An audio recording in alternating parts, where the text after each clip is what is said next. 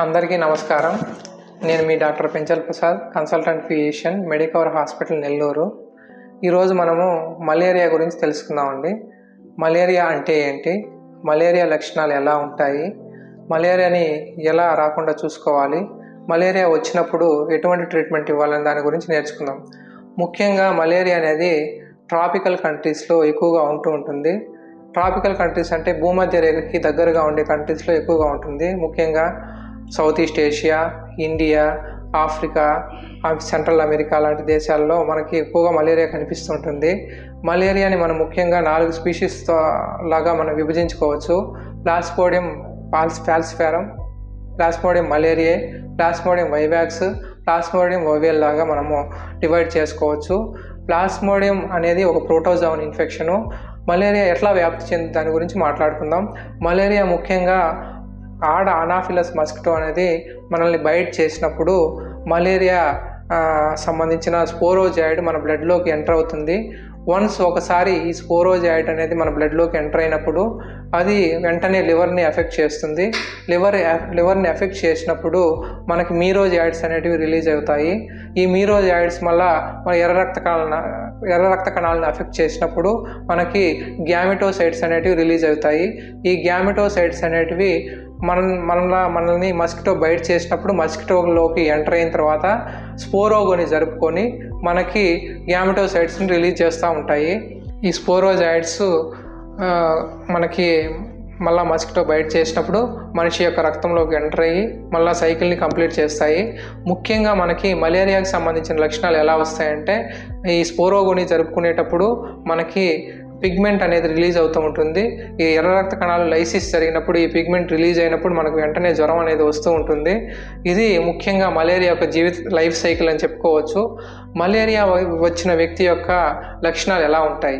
Malaria వచ్చిన వ్యక్తి యొక్క లక్షణాలు 2 విధాలుగా మనం డివైడ్ చేసుకోవచ్చు. Complicated malaria, uncomplicated malaria.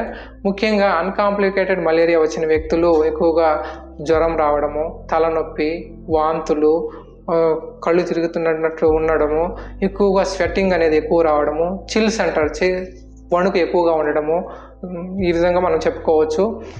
Complicated malaria వచ్చిన వ్యక్తి యొక్క లక్షణాలు ఎలా ఉంటాయంటే, హెడేక్ రావడము, వాంతులు రావడము, ఫిట్స్ రావడము, కోమాలోకి పోవడము, ఇట్లాంటివి మనం ముఖ్యంగా చెప్పుకోవచ్చు. అంతేకాకుండా మనకి ఊపిరితిత్తుల్లో నీరు చేరడము, దగ్గు, లివరు వాపు రావడము, కామెర్లు రావడము, ముఖ్యంగా మన కిడ్నీ ఫెయిల్యూర్ లాంటివి రావడము, మూత్రం సరిగా రాకపోవడము, షుగర్ లెవెల్స్ పూర్తిగా డౌన్ అయిపోవడము, ఇట్లా కోమాలకు పోయే ఛాన్సెస్ కూడా ఎక్కువగా ఉంటాయి. ఇవి మనకి ముఖ్యంగా కాంప్లికేటెడ్ మలేరియా వచ్చిన వ్యక్తి యొక్క లక్షణాలు. ఈ మలేరియాలో మళ్ళా స్పీషీస్లో ఒక్కొక్క స్పీషీస్ మనకి ఎఫెక్ట్ చేసినప్పుడు జ్వరం అనేది డిఫరెంట్గా ఉంటుంది. ముఖ్యంగా ప్లాస్మోడియం ఓవియల్ వైవాక్స్ ఎఫెక్ట్ చేసినప్పుడు ఎవ్రీ 48 అవర్స్కి ఒకసారి మనకి జ్వరం వస్తుంటుంది. ప్లాస్మోడియం మలేరియా మనల్ని ఎఫెక్ట్ చేసినప్పుడు ఎవ్రీ 72 అవర్స్కి ఒకసారి జ్వరం వస్తుంటుంది. ప్లాస్మోడియం ఫాల్సిపారం మనం ఎఫెక్ట్ చేసినప్పుడు మనకి జ్వరం అనేది ఇర్రెగ్యులర్గా వస్తూ ఉంటుంది. ఈ ప్లాస్మోడియం ఫాల్సిపారం యొక్క మలేరియా ఎఫెక్ట్ చేసినప్పుడు మనకి ముఖ్యంగా చిన్నపిల్లల్లో, వయసు పైబడిన వాళ్ళలో, ప్రెగ్నెన్సీ లేడీస్లో ఎక్కువ కాంప్లికేషన్స్ వచ్చేదానికి ఛాన్సెస్ ఉంటాయి. ఇప్పుడు మలేరియాని ఎలా ట్రీట్ చేయాలి దాని గురించి మనం తెలుసుకుందాం. మలేరియా వచ్చిన వ్యక్తుల్ని ట్రీట్మెంట్ 2 విధాలుగా మనం డివైడ్ చేసుకోవచ్చు. అన్కాంప్లికేటెడ్ మలేరియా వచ్చిన వ్యక్తి యొక్క పేషెంట్స్ని మనము ఓరల్గా సింపుల్ ట్యాబ్లెట్స్ ఇవ్వడం ద్వారా మనం తగ్గించుకోవచ్చు. ఇవి ముఖ్యంగా క్లోరోక్విన్, సల్ఫడాక్సిన్, పైరమిథమిన్, మెఫ్లోక్విన్ ఇట్లాంటి ట్యాబ్లెట్స్ మనము యూజ్ చేస్తూ ఉంటాము. వీటిని ఇవ్వడం ద్వారా మనము కాంప్లికేటెడ్ మలేరియాలోకి వెళ్లకుండా నివారించుకోవచ్చు. కాంప్లికేటెడ్ మలేరియా వచ్చిన వ్యక్తుల్ని మనము ముఖ్యంగా వాళ్ళని ఐడెంటిఫై చేసి వాళ్ళకి మనము తగిన ట్రీట్మెంట్ ఇవ్వాల్సి వస్తుంది. ముఖ్యంగా మనకి ఆర్టిసునేటు, ఆర్టిమీటరు, ఈథర్ లాంటి మందులు మనకు అవైలబిలిటీలో ఉన్నాయి. వీటిని మనం తొందరగా ఇవ్వడం ద్వారా మోర్టాలిటీ రేట్ అనేది తగ్గించుకోవచ్చు. ఇప్పుడు మలేరియాని మనం ఏ విధంగా డయాగ్నోస్ చేసుకోవాలి దాని గురించి మాట్లాడుకుందాము. మలేరియా వచ్చిన వ్యక్తుల్ని బ్లడ్ని శాంపుల్ కలెక్ట్ చేసుకొని దాన్ని థిన్ స్మియర్, థిక్ స్మియర్ అని 2 స్మియర్లుగా మన స్లైడ్ మీద స్ప్రెడ్ చేసుకొని మైక్రోస్కోప్లో మనం చూసినప్పుడు స్పోరోజాయిడ్స్ మనము గమనించుకోవచ్చు, లేదా మలేరియా ప్రోటోజోవన్ మనము ఆర్బీసీలో గమనించుకోవచ్చు. అంతేకాకుండా కొన్ని స్లైడ్స్లో మనము మలేరియా పిగ్మెంట్ అనేది న్యూట్రోఫిల్స్లో ఉంటుంది. ఈ న్యూట్రోఫిల్స్లో ఉన్న పిగ్మెంట్ 5% కంటే ఎక్కువ ఉన్నప్పుడు మనకి మోర్టాలిటీ అనేది ఎక్కువగా ఉంటుంది. అంతేకాకుండా ఇప్పుడు కొత్తగా వచ్చిన టెస్టుల్లో మలేరియా యాంటిజెన్ని మనం డయాగ్నోస్ చేయడం ద్వారా మలేరియాని తొందరగా గుర్తించవచ్చు. ఇప్పుడు మలేరియా రాకుండా ఎటువంటి జాగ్రత్తలు మనం తీసుకోవాలి? నంబర్ 1 పాయింట్, మలేరియా మనకు రాకుండా నీరు నిల్వ ఉన్న ప్రాంతాల్లో ఇన్సెక్టిసైడ్ స్ప్రే చేయడం ద్వారా, లేదా మలేరియా రిపెల్లెంట్స్, మస్కిటో రిపెల్లెంట్స్ మనం వాడడం ద్వారా, లేదా దోమతెరలు మనం వాడడం ద్వారా మలేరియా దోమ యొక్క బయటని మనం ప్రివెంట్ చేసుకోవచ్చు.